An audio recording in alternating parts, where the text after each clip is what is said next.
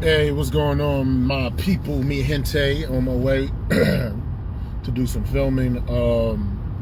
Just a quick little thing. Traffic kind of thick right now, so I want to talk for like 10 minutes or so. Then I'm gonna be on my way. As we all know, R. Kelly, you know, is past and alleged present finally caught up with him. You know, guilty on all counts, racketeering, and various atrocities towards underage women. And there's a bit of a division. I think for the most part, people is like, yeah, you know, he's getting what he deserves. You know, if you do dirt, you get dirt. That's just the way it goes down, man. You do. If you throw a tennis ball at the wall hard as shit, there's a chance it might pop back and hit you in the face. So anything that you put out is gonna come back to you eventually, in one form or another. You know, and he's been having this cloud over his head for a long time, since the days of Aaliyah, since like the mid-90s, over 25 years. So, you know what I mean? And then I think yeah, in the mid-2000s, like the mid to early 2000s, you know, he had that whole situation with the tape or what have you, that it was passing around in the barbershops of him doing some lascivious things to underage people, alleged underage people, and but he got off, no pun intended, in that particular situation because the alleged victim didn't want to testify. But there's just a faction of individuals just saying, I ain't gonna never listen to his music again. Are you gonna listen to his music? And then you have another faction like, I can separate the art from the evil. You know what I mean? Me personally, I was never an R. Kelly fan. Never. I never was into his stuff. Like when I was young, when he dropped, R. Kelly dropped, like really started getting popping for me. Like I started becoming like really conscious of R. Kelly. I want to say like 1993, 94. I remember I was a freshman in high school, and that's when Bump and Grind and all that. The stuff was good, but it was just like content and material that me personally, I wasn't really ready for or could really appreciate like that.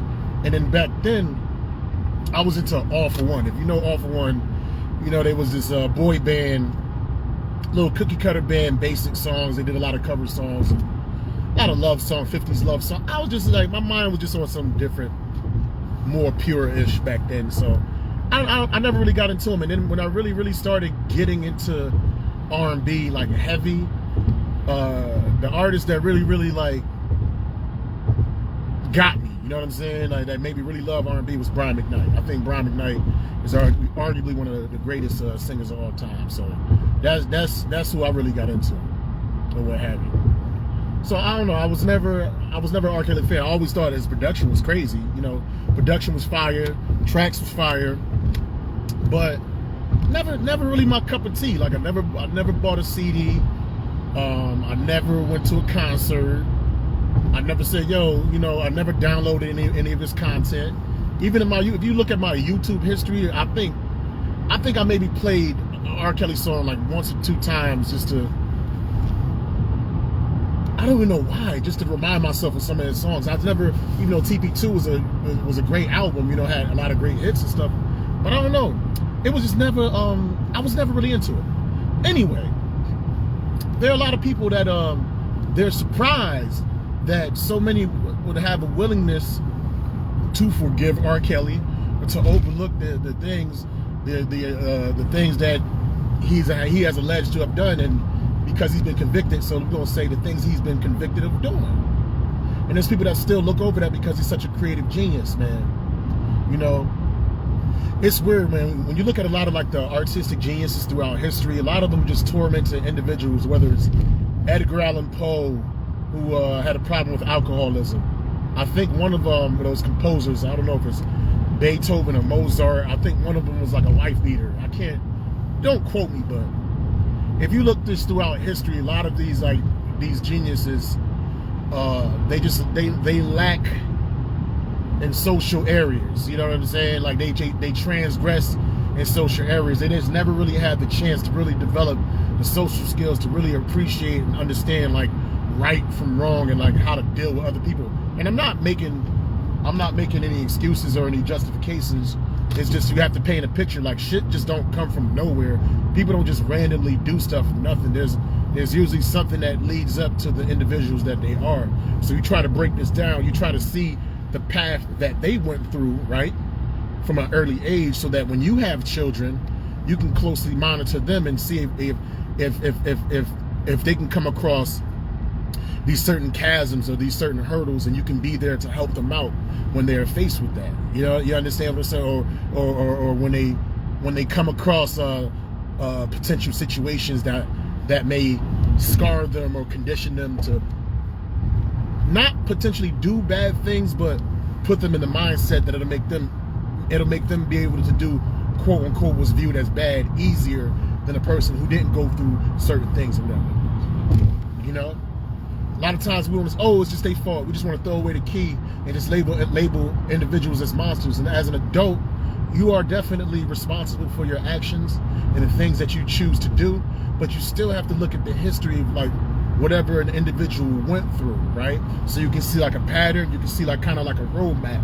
So when it comes to our future seeds, you can kind of circumvent certain things to give them a better chance. You understand what I'm saying?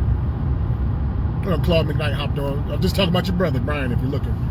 Yeah, but I was never really I was never into Kells. Never was. I thought his production was awesome, but never was really into him like that. At any rate, a lot of people, they forgive a lot of these creative geniuses throughout history for like a lot of transgressions, because it's like their music or their art or their cinema or things like that. It transcends time.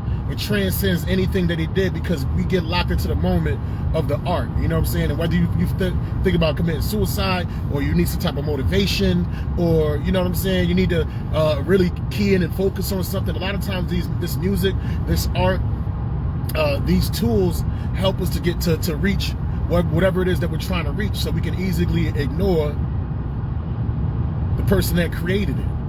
Like, you can have a hammer, right? A hammer is used to put nails in the wall. And you can have a hammer, and you use this hammer to nail all kinds of stuff all over your house. But you don't even know that hammer probably was used to murder somebody. You don't even know. You're just using this tool as such. Now, if you found out it murdered somebody, do you still continue to use the hammer? Or do you put it away and get another hammer? Maybe that's a bad analogy, but I don't know. Maybe it isn't.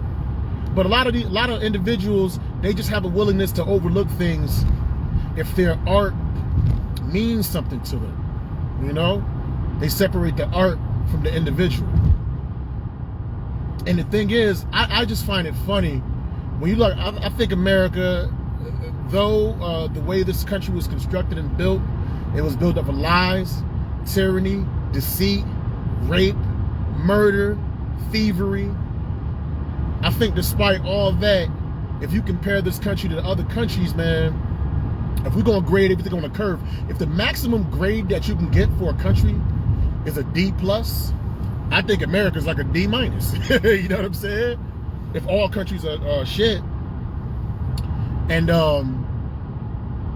but so many people, it's like the joke that D.L. Hughley said, and it's funny because I'm trying to look for it in my Facebook memories or whatever, but I had something similar. I was like, yo, if you're gonna cancel, if you say, oh, I'm not gonna listen to this music no more because this person, I found out this person did XYZ, or I'm not gonna watch these movies because this director did XYZ. If you have this mentality of, if you heard somebody or an entity or something did something bad, it's a slippery slope. You have to, in some ways, you have to apply that to everything across the board.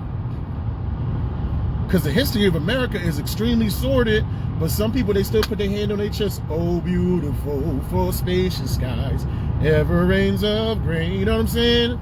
And singing the Pledge of Allegiance and all that in America, and they're going to vote, and this is my country, and I love my country, and my country 'tis of thee, sweet land of liberty. You know, and all that. And that same individual will be like, fuck R. Kelly, or fuck Woody Allen. I just think some public opinions and how you feel should be kept to yourself. because it's easy to point out the hypocrisy. I can assure you, anybody who said, virtually anybody who said they're willing to cancel, like publicly, like if you're gonna cancel it, keep it to yourself. Because I can almost guarantee that anybody that says that they're gonna cancel somebody because of what they heard that they did, I can guarantee they got a family member, or they're a proud American, or the company that they work for did some underhanded shit. The clothes that they wear was made in some sweatshop. The cell phones that they made was was made by some type of child labor. Our feelings as far as the things that we cancel need not always be put in the forefront, because the problem is when you put that in the forefront, you set yourself up to be exposed as a hypocrite. I never get on here and be like, oh, I'm gonna cancel this, I'm gonna cancel that, I'm not fucking with this, I'm not fucking with that. As many as of my Facebook friends that are pro-vax and that shame people and look down on people and try to shit on individuals who haven't gotten vaccinated, even though they only have a limited information as to why they got vaccinated and they don't even truly know, and they feel guilty about it and want to run guilt trips and talk all this trash, I don't block them. I might unfollow them so I don't see them on my timeline, but I don't ostracize them and put them down or think of them as lesser people. I make a mental note and I don't even talk about it no more. You don't have to go on this big ass public campaign of how much you hate an artist who doesn't know you, who have done things that who has been accused of doing things and who's been convicted of doing things, and convictions do get overturned and there are trumped up charges and there aren't unfair cases. I'm not saying this is the case with Kells, but I'm just saying Bill Cosby's shit got overturned and everybody think he guilty as hell. You know what I mean? So even the conviction isn't a final thing. And this is another thing. This is funny with me, because like a lot of times with black folks, like we are the main people to say that the criminal justice system is one of the most unfair and unjust systems towards black people in the history of systems in America. But as soon as somebody is convicted that we don't like, then the system works perfectly fine. As soon as somebody is convicted that we not fucking with and we don't feel, hey, the system works just great. So it's like we have faith in this system when it is convenient for our beliefs and it's convenient for how we feel. You know what I'm saying? But I'm not surprised that a lot of people forgive R. Kelly or they overlook it, because a lot of people, they know how to separate, or it's not about knowing how, but they choose to separate the artist from the art. Just like a lot of people separate the beauty of America from the fucked up way that it was constructed. And you have every right to do that. You have every right to do that. But it's like the scripture that says in the Bible, and some argue that it wasn't even originally in the Bible, it was added to the Bible, but it talks about I think the prostitute, that she was about to get stoned or something like that for cheating, or I forget exactly what the scenario was, but Jesus said, let he who has sinned cast the first stone. Now some argue that that wasn't in the original canon or the original text, but you get the analogy. Like a lot of us, like, we're willing to throw stones and come at people. Now, if somebody did something directly to you and your family, that's different. I get that. You have every right to be upset. You have every right to voice your opinion about this individual. You have every right to call for justice. But if you're just reading about something on social media and you're just hearing about it, you don't really know, you don't know the person, you haven't been in the room, your opinion is literally a figment of your imagination, or your complex that you have towards this individual is literally something that you created inside your head. Literally.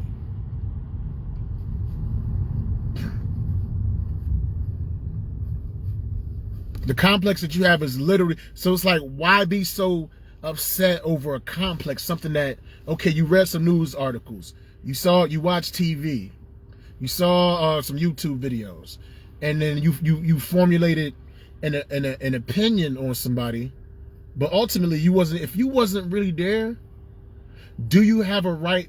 Well, actually, you know what? I'll take that back. If you wasn't really there, your opinion isn't really fully justified because you weren't really there. You only heard some shit.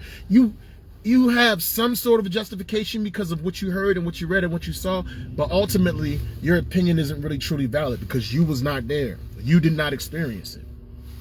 You know? But I just say all that. I understand why some people forgive him. You got hundreds of millions of Americans. Yeah, there's a faction that say this country sucks and this country's unfair and blah, blah, blah, blah, blah.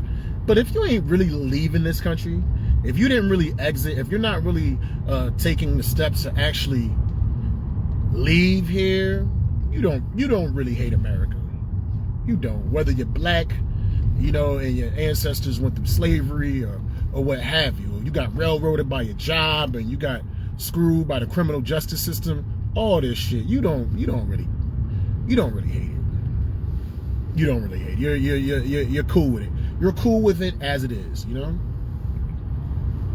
But it's not a surprise to me. Do I hate Kells? No. Do I love Kells? No, I don't really care. Did he do it? It seems like he did, so he's getting his justice. You know? Justice has been served against him. It is what it is. You do dirt things, this is what happens. But it's like, I think it's almost like it's bad for your health to dwell on what you heard, like to dwell on the things that you heard other people possibly did, and just think about that over and over and over again, and just like develop this like murderous, like vigilante type consciousness, and want to go out there and just exact revenge on everybody on like I said, if it happened to your family, your peoples, and it's something that you're dealing with directly, that I can understand. But when people are like being negatively empathetic and trying to like create all these like crazy ass scenarios and demonize individuals who they don't know, and just being upset over figments of their imagination, man, that gives rise to sickness, man. That's sick, bro. That's something I don't do. You know, I'm not saying I'm great or nothing like that, but it's just like I have different things in my life to be passionate about than like worrying about the shit that I heard from people that I don't know, who I'll never meet. You know? But it doesn't surprise me, man. It doesn't surprise me that people are forgiven. People forgive America. America, I don't want this to be a bashing America thing, because when America first got started, America was young, right? America was young. Just like any child or any young person growing up, a child or a younger person, they make a lot of mistakes until they develop and they become quote unquote better. You know what I mean? At one point, slavery was legal, and now it's not. At one point, there was Jim Crow, and now it's not. At one point, you know, people couldn't marry interracially. Now they can. At one point, women couldn't vote. Now they can. At one point, gay people couldn't get married. Now they can. So it's a gradual growth and progression over this relatively young country. So when something is young, whether it's a business, whether it's an individual, whether it's an entity, when they're younger, they're going to make more mistakes, and then they get older, they don't make as many mistakes. But you can't.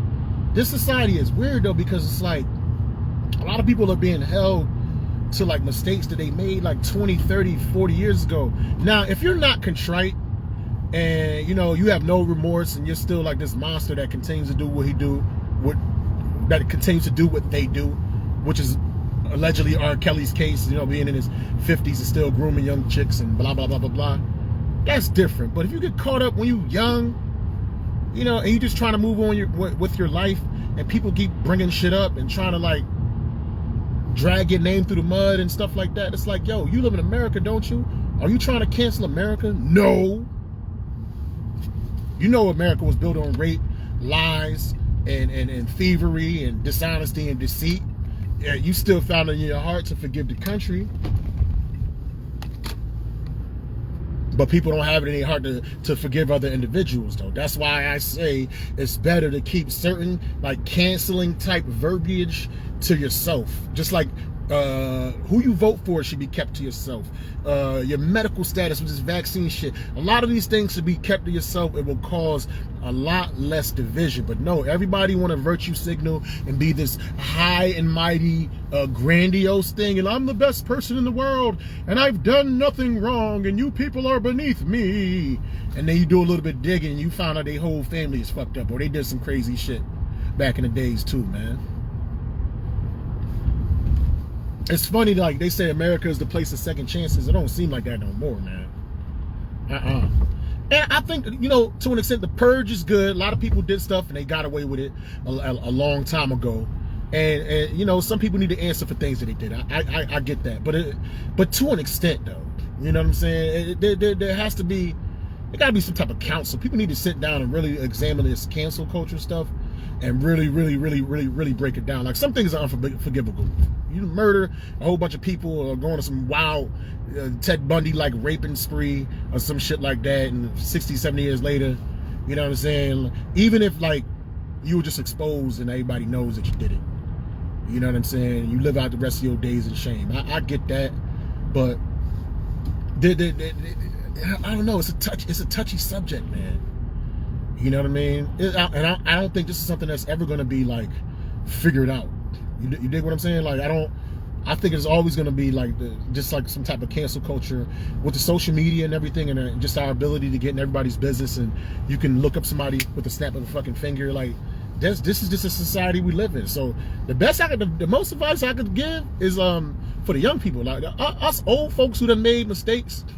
You know what I mean? Like, there ain't shit we can do to pass. Like, listen, man, whatever stains that we have, that's going to be there. We cannot do much about it if we did so.